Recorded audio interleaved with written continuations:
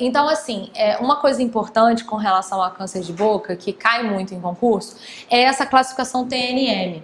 Então, o T é de tamanho do tumor, o N é de nódulo, ou seja, de linfonodo, metástase regional, e o M de metástase à distância, né, que é o menos comum. E aí a gente vai classificar o paciente nesse TNM. O T, ele usa valores de 2 e 4.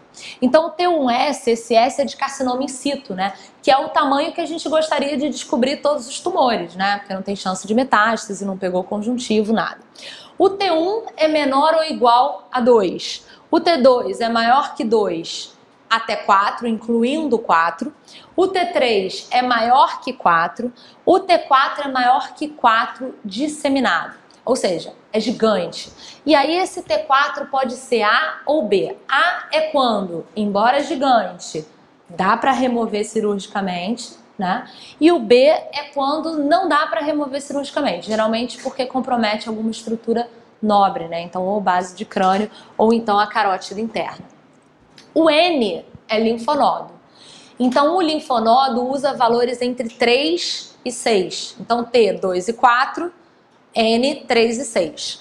Então, o N1 é menor ou igual a 3, o N2 maior que 3 até 6, incluindo 6. A, um linfonodo do mesmo lado, homolateral. B, mais de um do mesmo lado, homolateral. E C, quando que vai ser C? Quando pegar o lado oposto ao do tumor. Ou porque o linfonodo é contralateral ou porque é bilateral. Pegou o lado oposto, é C. Então guardem aí contralateral. Pegou o lado oposto, porque é contralateral ou bilateral, é C. E o N3, que é maior que 6. Metástase à distância é mais fácil, né? Ou tem ou não tem. Se tem é 1, se não tem é 0. Para que serve isso? Serve para colocar nesse estadiamento. Então vejam, aqui a gente tem uma noção, dependendo do estadiamento, de qual a sobrevida do paciente depois de 5 anos do diagnóstico. E aí o que cai muito? Como é que a gente faz essa classificação? Então, primeiro, se o meu paciente não tem metástase nenhuma, eu só vou classificar o T dele, não é isso? Quem vai mandar é o T. T1 tudo 0, estágio 1. T2 tudo 0, 2. T3 tudo 0, 3. T4 tudo 0, 4. O que vai mudar? O N1. O N1 manda o meu paciente obrigatoriamente para o estágio 3. E o meu N maior que 1 ou o meu M igual a 1, manda o paciente para o estágio 4. Então, como é que funciona? Vamos lá. T1, N0, M0. Qual é o estágio? 1. T1, N1, M0. Qual é o estágio? T1, N1, M1. Qual é o estágio? 4. T4, N1, M0. Qual é o estágio? 4. Ele vai sempre para o maior estágio. Se o T mandou para o 4 e o N mandou para o 3, ele vai para o 4. Aqui. T3, N2, M0. Qual é o estágio?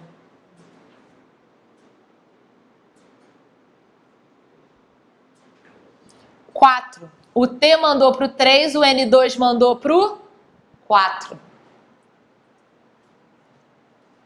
Tá? Então, atentem para isso aí. N1, estágio 3, obrigatoriamente, é o que mais cai em concurso. N maior que 1, ou seja, N2 ou N3 e M1 vai para o 4. Então, eu aconselho vocês a lerem um por um. O T manda para ele mesmo, ou seja, T4 mandou para o 4. N1 mandou para o 3, vai para o 4. T3 mandou para o 3. N2 mandou para o 4. Vai para onde? 4. Ó, fantástico.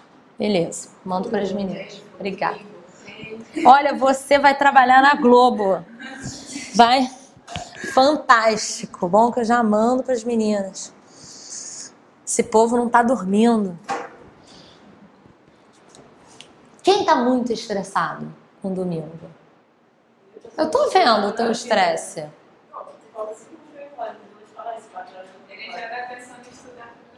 Não, mas eu acho, sem sacanagem agora, eu acho que tem que dar uma focada. Falei isso para as meninas que eu tô dando aula particular de book também. Falei, cara, essa semana elas estão de férias. Aí uma tá fazendo mestrado, tem aula. Não, você não vai na aula. Tipo, agora é hora de focar. Eu tenho motivo, porque eu tava estudando certinho. Hora de focar. Aí surgiram notas que eu vi que não iam dar toda. Aí eu peguei assim. Hora de focar. Você não devia estar aqui. Nem você. Hora de focar. Hora de focar. Você assiste isso em casa. Não, mas eu imaginei. Não, eu imaginei que você achasse que era dentística, porque falaram que ia ser dentística. Basicamente eu vi por causa disso. Pois é. Pois é, vocês têm que ir embora. Vocês estão fazendo o que aqui olhando pra minha cara? Vocês têm que sair daqui, já pegar 4 Red Bulls e focar nesse inferno. Que agora, gente, agora é o fervo. Fervo é agora. Fervo é agora. Agora é um momento de escrever em todas as paredes. É um momento de tomar chá de camomila. Esse é o momento. Carcinoma verrucoso. O carcinoma verrucoso é o primo bonzinho do carcinoma de células escamosas. Tá? Então ele é um carcinoma de baixo grau, então ele tem uma cara feia porque ele é verrucoso, mas ele é muito menos agressivo, ele espalha muito mais do que infiltra, não causa metástase, né?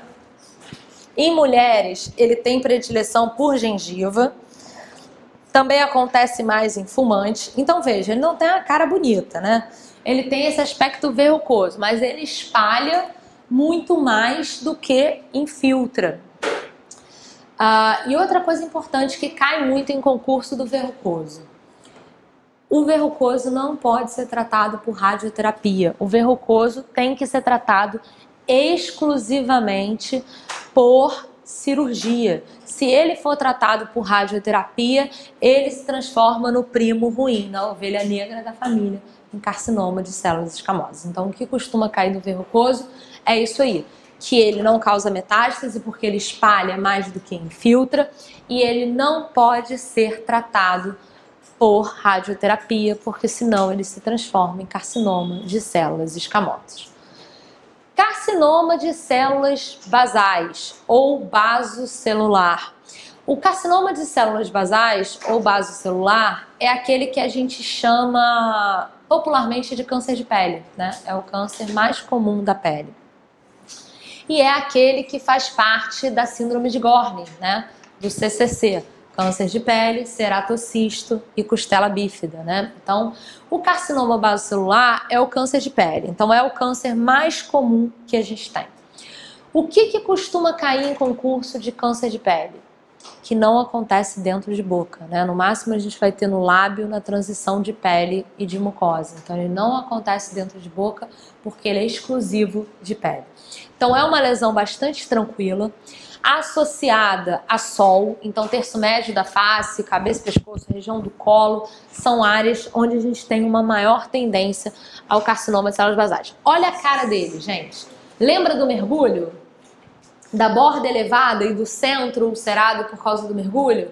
É a cara de qualquer carcinoma, em qualquer lugar que a gente vai ver, né? E é muito comum o câncer ter esses vasinhos ao redor, né? A telangiectasia, que é a circulação colateral que ele cria para continuar crescendo na velocidade que ele cresce, né? O câncer de pele, ele é um câncer muito tranquilo, né? Um câncer que não dá metástase, embora ele possa ser localmente destrutivo, né? Então é uma lesão bastante tranquila. A gente brinca sempre com patologista, que sabe que quem faz patologia, estômago, é um ser meio hipocondríaco, né? Que tem mania de doença. E aí a gente sempre escolhe umas lesões, assim, né? Umas, se eu tiver que ter um câncer, quero esse. Para minha sogra, quero aquele. Essas coisas, né? Carinhosas com as lesões. Então, tipo, se for para escolher um câncer, é esse. Eu já tive o meu, eu já tive um basocelular. E o mais engraçado é que eu sempre falava isso. Eu falava, gente, eu não tenho sorte, cara. Tipo assim, quando eu nasci, Deus falou assim, você vai ganhar a vida com o suor da sua terra. Vai ganhar nada. Nem bingo de quermesse. Vai ganhar nada. Assim. Aí eu falava, gente, eu não ganho nada. Sorteio, qualquer inferno, ganho nada. Aí eu falei, o dia que sortearem um câncer, eu ganho. Aí, gente, sem sacanagem, eu tava com uma lesão aqui, tava sangrando direto, não cicatrizava, não cicatrizava, não cicatrizava. Foi antes de eu ir pro Cadar. Eu já sabia que eu ia pra BH. Eu falei, cara, eu preciso tirar isso, porque eu vou pra BH, vou ficar 6 meses lá, o negócio já não tá bom. Tem que tirar, tem que tirar, tem que tirar. Aí cheguei no hospital, passei na roleta assim do hospital e a menina falou, toma esse número. Eu falei, mas o que é isso? Falou, hoje é a festa de fim de ano, vai ter sorteio. Eu falei, Aí, eu falei, não ganho nada. O dia que eu sortear um câncer, eu ganho. Conclusão, ganhei um Xbox e um carcinoma basocelular no mesmo dia. Vocês acreditam nisso? Tirei o basocelular e ganhei um Xbox. Não ganhei nada na minha vida. Tá? Fantástico. Então eu sabia que o dia que eu sorteasse, aí minha sorte mudou. Agora eu ganho as coisas, gente. Não joguei no bolão outro dia, joguei no bolão outro dia, ganhamos na quina, lá no hospital. O único bolão que eu joguei na minha vida. Joguei no jogo do bicho, ganhamos. O negócio é que eu não jogo, que eu esqueço. Mas ó, a sorte mudou depois do câncer. Queria tirar uma questão. Tiendo. Vai ser bem difícil. Eu vou ler só a pergunta mesmo, tem textinho. Peraí. Lê aqui. Fala pro Fantástico. Não, porque se é uma questão que não tem, lê aí. Fala aí. Pra todo mundo escutar. Anda, garota. Isso aqui é você. Qual é o sítio mais comum de metástases para a glândula tireoide? A letra A, a mama. Letra B, o rim. Letra C, o fígado. Letra D, pâncreas. Letra E, intestino. É da Marinha. Questão da Marinha do ano passado. Não.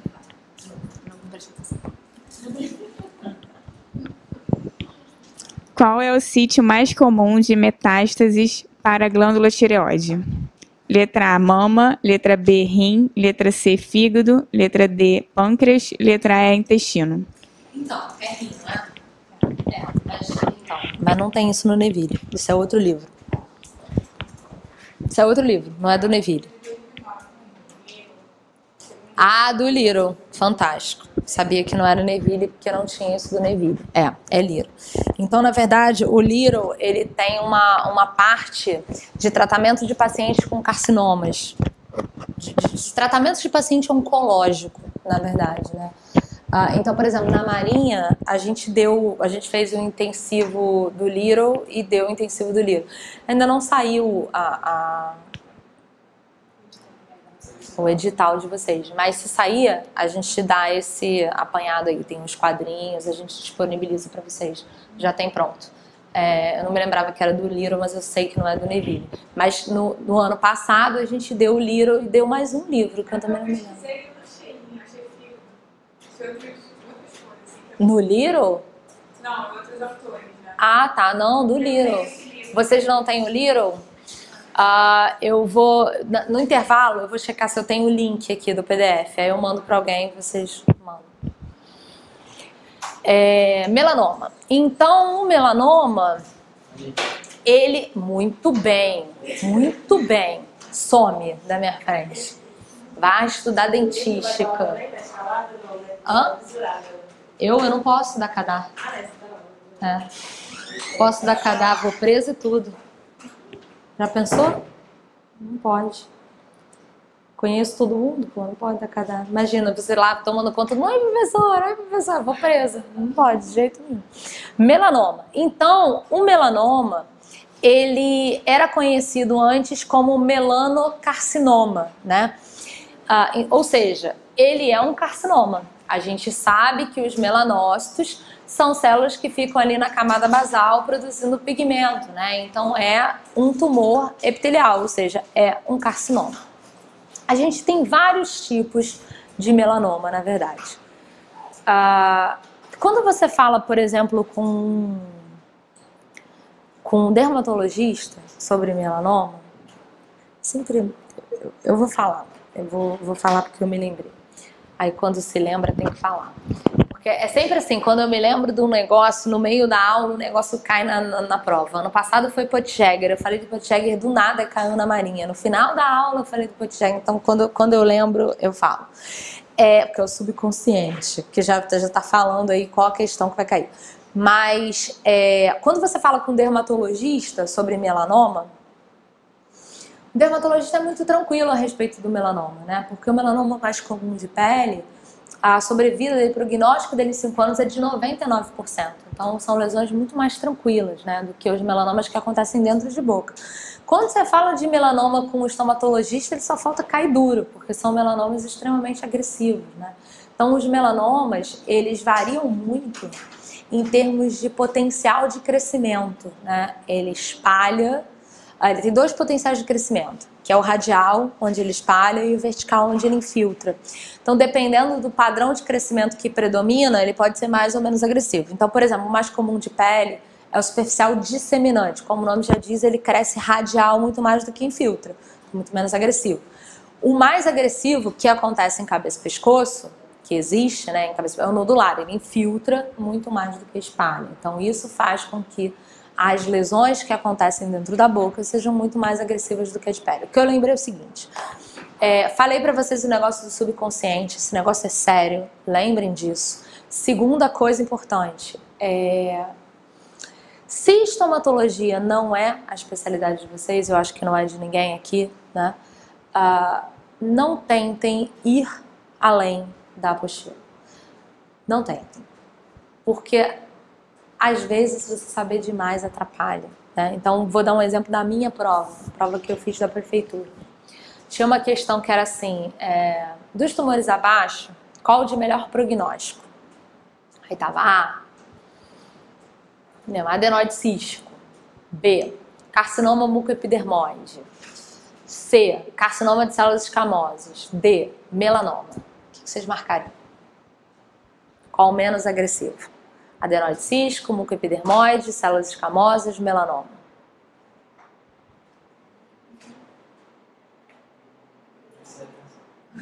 Qual a neoplasia maligna menos agressiva? A, carcinoma adenoide cístico, B, carcinoma mucoepidermoide, C, carcinoma de células escamosas, D, melanoma. Vocês marcariam? Mucoepidermoide. A resposta é mucoepidermoide. Eu marquei melanoma. Porque na hora eu olhei e falei assim, melanoma de pele é 99%. Quem falou que era de pele? Então assim, é isso que eu tô falando. Eu falei isso só para vocês entenderem da agressividade. Mas vejam que se vocês tiverem essa informação dentro de vocês, que era o que eu tinha, você erra a questão. Porque quando eu tô lá dando aula lá de glândula, ninguém erra essa questão. Ninguém pensa em melanoma. Né? Então assim, fiquem com isso. Vocês têm que partir do preço. Isso é muito mais fácil para vocês do que para mim, né?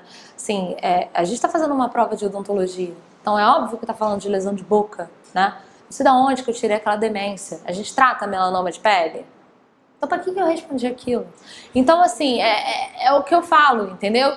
Tudo bem, eu passei na prova, não me prejudicou. Mas imagina se tivesse me prejudicado, eu ia me jogar lá de cima. Porque às vezes você saber demais confunde, né? Por exemplo, a mesma coisa que a menina da BUC estava me falando, que na prova do exército do ano passado caiu um negócio perguntando em que condição se usava corticoide.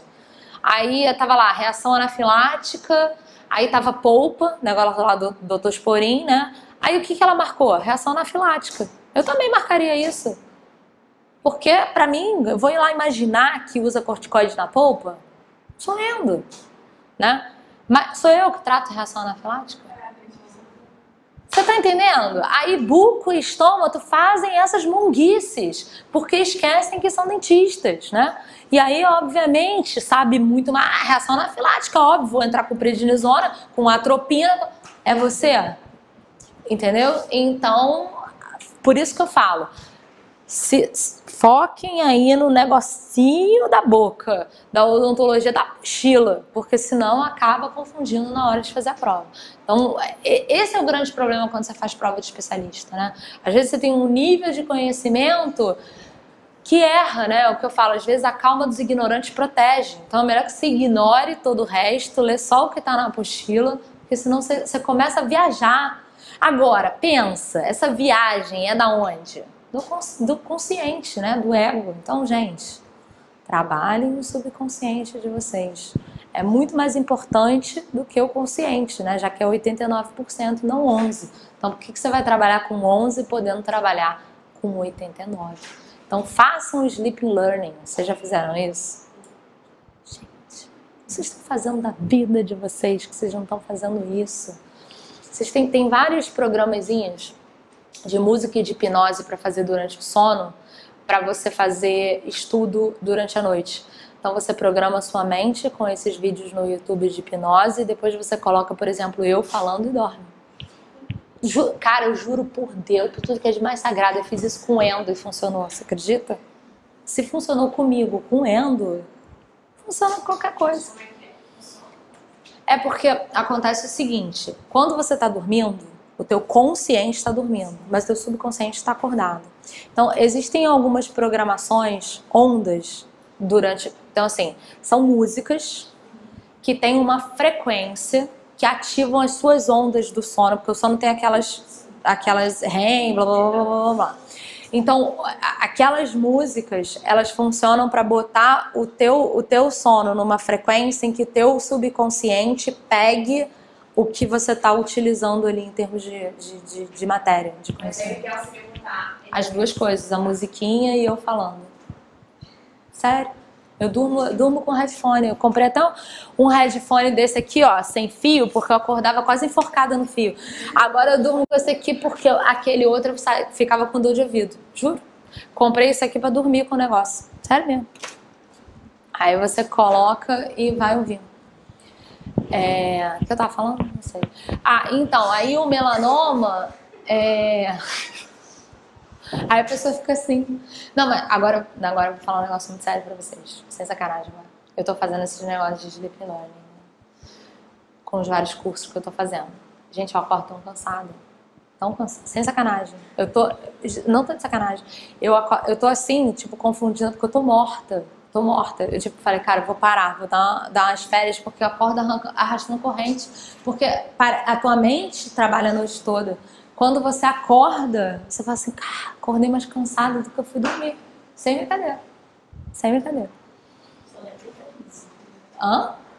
Vocês vão ver isso, tenta. Vocês vão acordar. Homem mais tranquilo não, homem não tem nada na cabeça. Aí não tem o que pensar. Não tem o que pensar. Mas pra isso aí, então, minha rotina. Antes de dormir eu medito, para parar os meus pensamentos. Medito, sei lá, 20 minutos, 25, aí coloco o sleep learning, aí durmo. Isso quando eu não durmo, às vezes eu durmo na meditação. Tipo, já tô lá, quando eu vejo já tô dormindo, aí ferrou tudo, não consigo fazer o negócio. Mas normalmente faço a meditação para parar meu pensamento, faço a frequência, o negócio que eu quero estudar e durmo. Aí eu acordo super cansada, né? Aí eu medito de novo. Tipo, porque senão já sai me arrastando, querendo matar um. Aí medito de novo pra sair zen e vou. Então, mulher com esse negócio de pensamento, medita e depois faz o negócio. Tudo uma técnica. Eu vou virar coach. Eu vou parar de dar aula de patologia e vou dar coach de como passar em concurso. Então, o melanoma, ele tem essa... Cara... Aquele momento em que você quase tem um ataque cardíaco. Cara, não, tá ligado. Porque eu botei pra você e mexi. Falei, o coração quase parou agora. Coisa que tem que vir com a padeia. Tipo, eu detesto ter que vir aqui gravar aula. Um saco, não tem ninguém pra assistir, é um inferno. Então, o melanoma, ele tem essa associação grande com a exposição solar, né? Então, também, principalmente por ser um câncer de pele, tem essa exposição com a exposição solar, mas a lesão pré-maligna do melanoma são os névoos, né? Essas manchas que a gente tem. Então, normalmente, a gente acompanha os névoos por esse padrão ABCD. Então, o A é de assimetria, o B de borda, o C de cor e o D de diâmetro, né? Então, à medida que a lesão começa a sofrer transformação maligna, ela fica mais assimétrica, as bordas ficam irregulares, muda o padrão da cor e a lesão tende a crescer de diâmetro, né? Então, agora tá na moda ABCDE. Então, é assimetria, borda, coloração, diâmetro, evolução, tipo, evoluiu. Palhaçada, né? Então, já falei, o próximo vai ser ABCDEF, evoluiu e foi foda. Só falta, né? Mas o mais importante aí é o ABCD mesmo. Então, o melanoma dentro de boca, felizmente, é raro, né? Então, é muito mais comum em pele. Em boca, ele responde por menos de 1%. Obviamente, é uma lesão enegrecida. Acontece principalmente em palato. E uma coisa que não é rara esqueci de falar.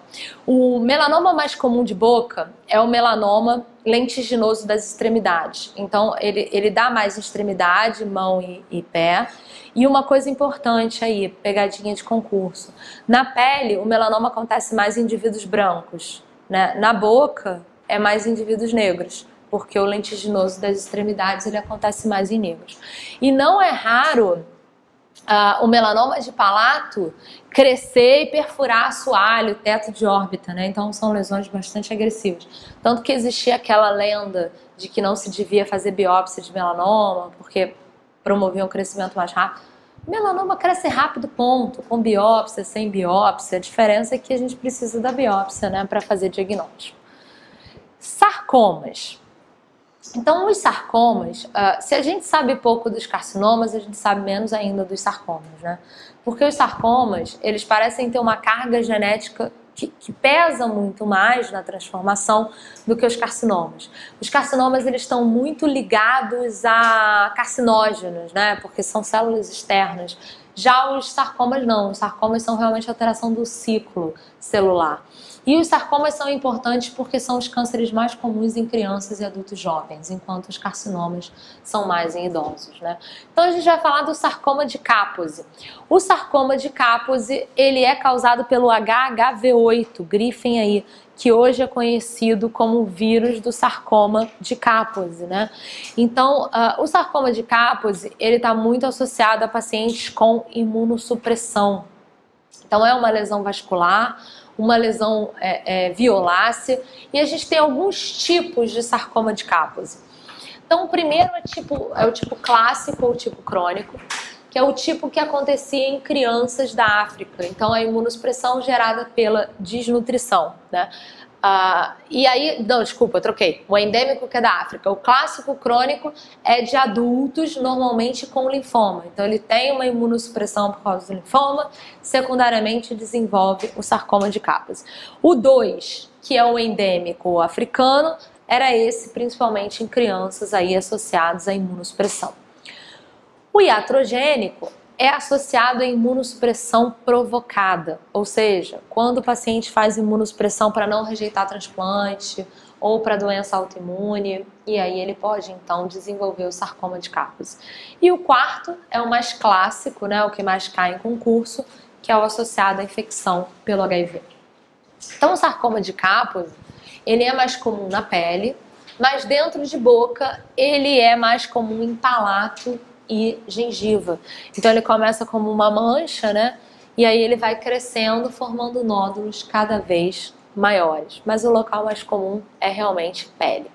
Então o tratamento vai depender, cutânea pode ser quimioterapia local ou radioterapia, mas normalmente paciente HIV é o coquetel. Você faz o coquetel, a lesão melhora.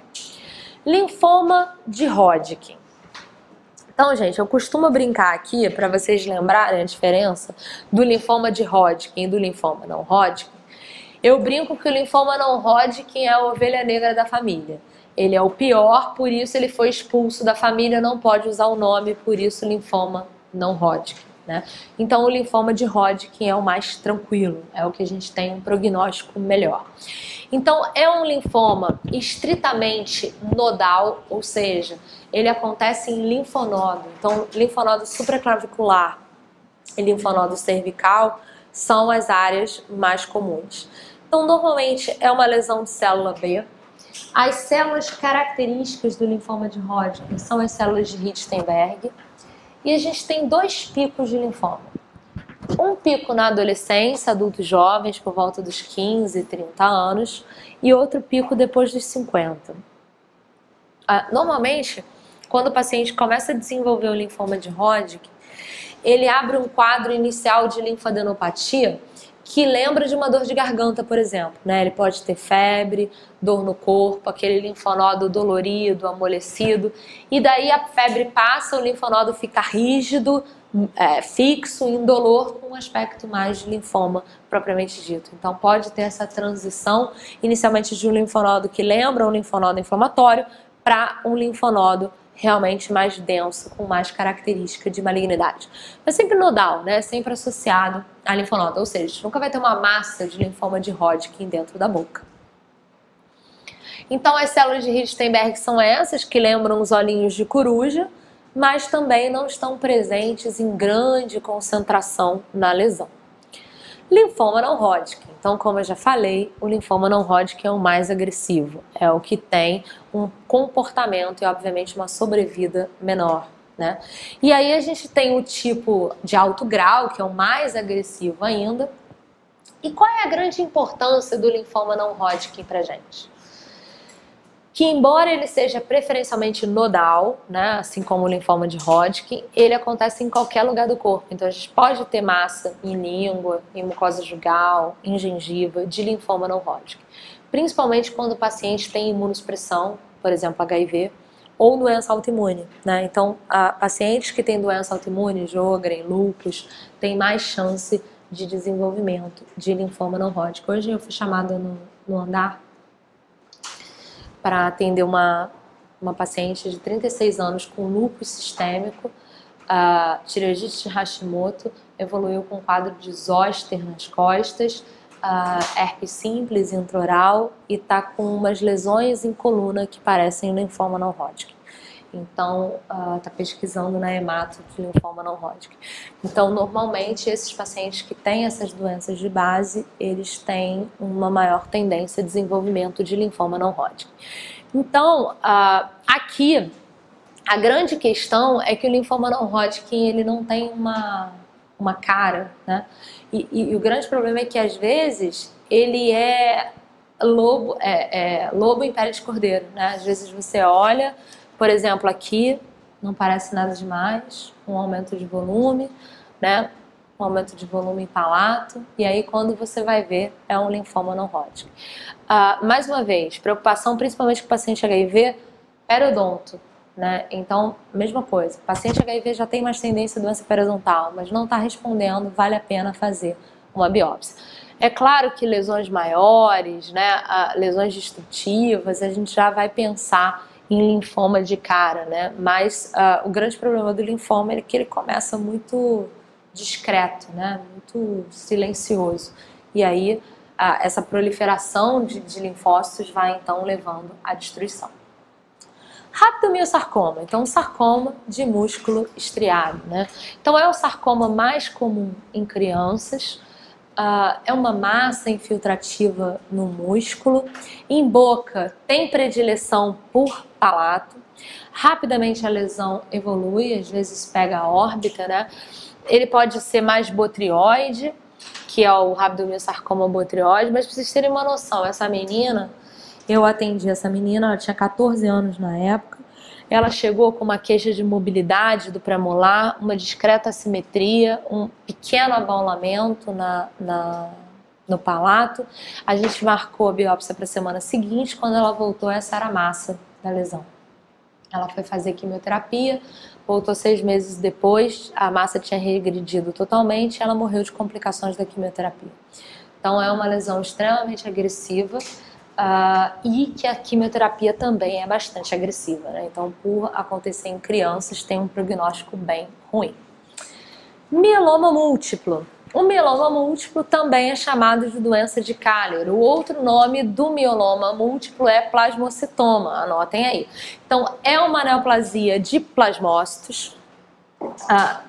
Plasmocitoma. É uma neoplasia de plasmócito, né? Então não é uma neoplasia muito comum, mas responde por 15% das neoplasias hematológicas. Eu diria que é a neoplasia hematológica mais comum depois das leucemias, né? Acontece normalmente em indivíduos mais velhos, por volta da 6ª, 7ª década. E o que a gente vai ver no mieloma múltiplo é que ele afeta a medula óssea, né? Então, às vezes, ele é difícil de descobrir porque o paciente tem sintomas ósseos de fratura, de dor, e aí quando vai ver é um mieloma múltiplo. Agora, o mieloma, grifem aí, ele tem as proteínas de Bence-Jones, se manifesta como lesões ósseas, né? Por isso se usa bifosfonato junto com o tratamento do mieloma múltiplo.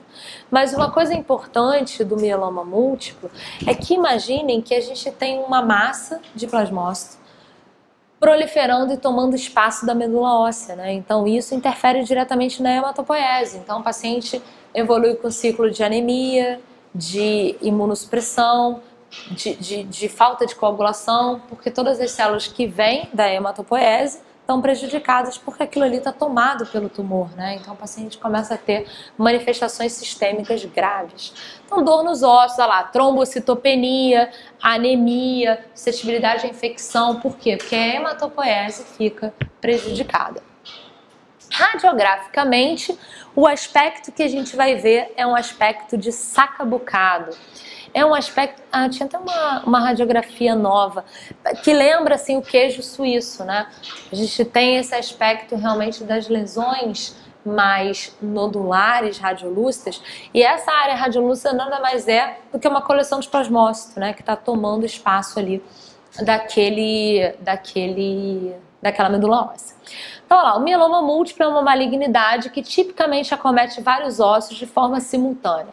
De acordo com o Neville, quais são as células de origem do mieloma múltiplo? Plasmócito, perfeito.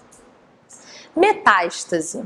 Então, gente, quando a gente vê metástase de outros tumores dentro de boca, normalmente é doença avançada, né, com um prognóstico bem ruim. Então, o local mais comum é gengiva e parece um granuloma piogênico, mas eventualmente pode acontecer em língua ou ser intraósseo. Então, quando a gente pega a lesão primária, a gente vai ver que no sexo feminino quase 50% vem de lesão de mama, né? CA de mama é uma lesão que costuma causar metástase com alguma frequência para dentro de boca. Mas de uma forma geral, pulmão e rim são metástases muito comuns, né? E o prognóstico, obviamente, não é bom, né? É bastante ruim, porque é metástase à distância, né? Então é doença terminal. Complicação do tratamento oncológico. Então aí é óbvio que a gente vai falar do tratamento de cabeça e pescoço, né? De câncer de cabeça e pescoço, mas também de outros tipos de câncer.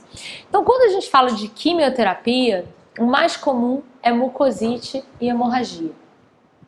Quando a gente fala de radioterapia, aí eu tô falando obrigatoriamente de cabeça e pescoço, né, gente? Então, isso aí é uma coisa importante. Como é que é feita a quimioterapia? Tem dois tipos de quimioterapia, ou ela é endovenosa, né? Hoje a gente tem algumas quimioterapias orais também, né? Que são drogas-alvos ou terapias hormonais para mama, às vezes. Mas a quimioterapia, ela é medicamentosa, né? Sistêmica ou via oral. E a radioterapia é local. Então eu recebo muita ligação de colega, meu paciente fez radioterapia há 6 meses para câncer de próstata, posso tirar o dente? Cara, se o dente não tiver na próstata, né?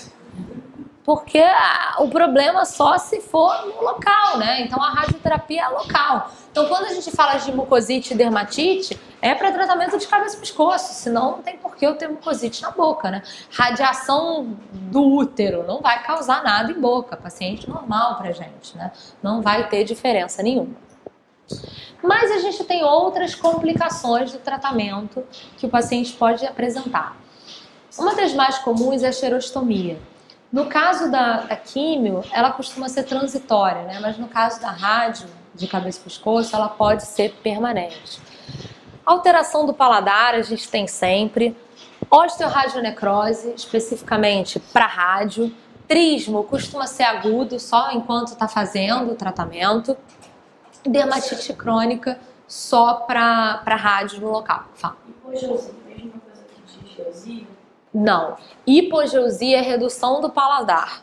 Digeusia é dificuldade de sentir o gosto. Então, assim, sei lá, você come um negócio salgado e sente azedo. É alteração. Hipo é diminuição. Você sente o sabor diminuído. Digeusia é troca. Você sente estranho, entendeu? E ageusia você não sente o gosto. Então, é isso aí. Então, a mucosite, na quimioterapia, ela costuma acontecer logo no início e em mucosa menos protegida, né? Mucosa não ceratinizada. Então, a radioterapia, ela começa a acontecer na segunda semana. E a radioterapia, os locais onde a gente vai ter mais mucosite é a área por onde está incidindo o raio, né? Então, quimioterapia, mucosa menos protegida, não ceratinizada, e radioterapia no local onde está entrando o raio. Então, a mucosite, ela é a presença dessas lesões, né? Pode ser inicialmente só um eritema, depois costuma ficar uma área ulcerada. E qual é o problema da mucosite? A mucosite, ela impede que o paciente se alimente, né? Ela dói muito, além da infecção secundária. E a perda de peso, ela é um problema muito grande no tratamento oncológico. Se o paciente começa a perder muito peso, a toxicidade do tratamento aumenta muito. Então, quando o paciente tem mucosite, geralmente o tratamento oncológico é suspenso, né? O que é muito ruim para o controle loco-regional do tumor. Então, por isso que a gente tem essa preocupação tão grande de prevenir e tratar a mucosite, porque o paciente tem que parar a rádio e a quimio se ele desenvolver mucosite, porque ele não consegue se alimentar. Então, por isso que a gente tem essa preocupação grande aí com prevenção e tratamento de mucosite.